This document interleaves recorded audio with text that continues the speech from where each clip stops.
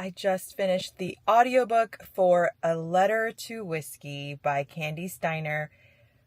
Holy moly, I wanted to throw that book against the wall so many times, and yet it was like watching a train wreck and having to keep going back.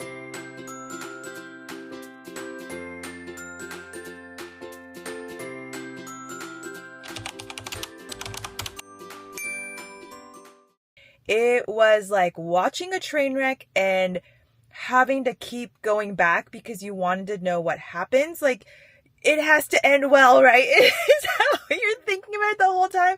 But you're also going, how many mistakes or how many miscommunications, how many timing issues can there be? And I had flashbacks to Magnolia Parks where I just stopped because I could not watch the train wreck anymore. And it wasn't that because I felt like there was, I don't know, Magnolia Parks felt a lot more immature to me in how they were handling things. And I liked the characters. Like, I was invested in the characters pretty early on. And so I kept going, even though time after time, it was just like again of a series of events. But I am so glad I finished it. I don't know if I can say I loved the journey, but the author's note was so nice where she said, I know I wrenched your heart. I took you on this hard to read book. So thank you for acknowledging that, Kandi Steiner. And all that said, it was this beautiful story of two people where their timing of things or just things that happened in their lives were just either not the right time or they were just too scared to actually make that jump, and they just kept swapping times of bad things. But there is beauty in that journey together. It also brought up questions of like, can there be best friends that are opposite gender?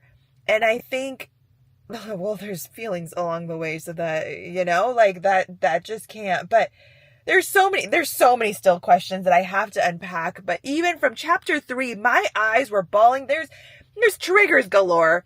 And I usually do not like cheating. So that's where I like almost threw it against the wall from the very first time that it happened, because it happens multiple times. Spoiler alert.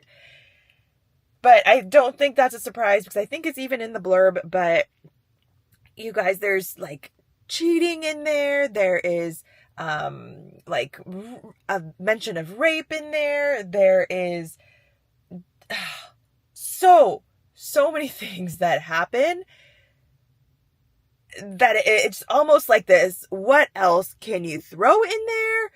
Is there, like there's nothing.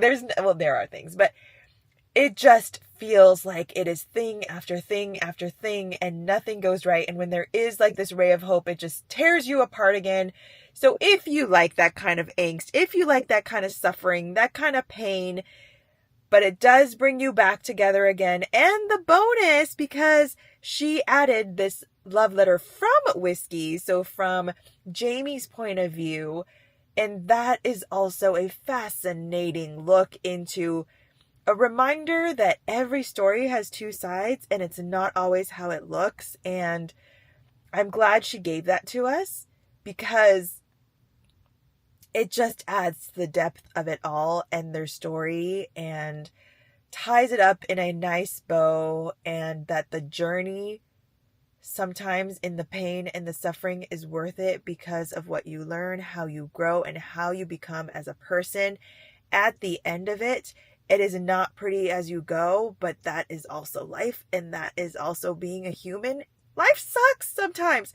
Life really sucks sometimes, and it doesn't turn out the way we want.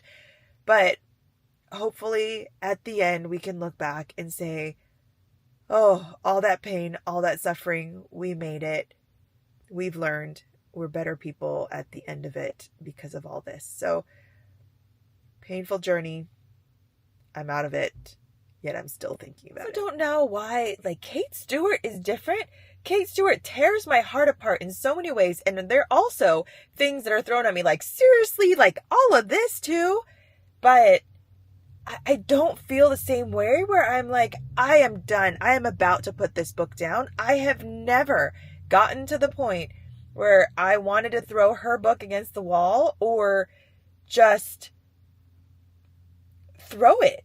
Actually, that's not true. I have thought about stopping after Flock, and then I went, no, I'm going to keep going. And then I was sucked in for the rest, and I've never put any of her books down since. Like, I just am reeled in, binging, and heart teetering on, like, broken and put together and mended and healed. And I don't know how she does it. She is one of the only authors that I will read, or I have read, that have this super long, angsty, like, pain, suffering, and yet I keep coming back for more every single time. I'm curious if there is an author like that for you. Usually I don't like these angsty, super slow burn kind of things, but I suffered through it, and I got through it, and I'm glad that I did.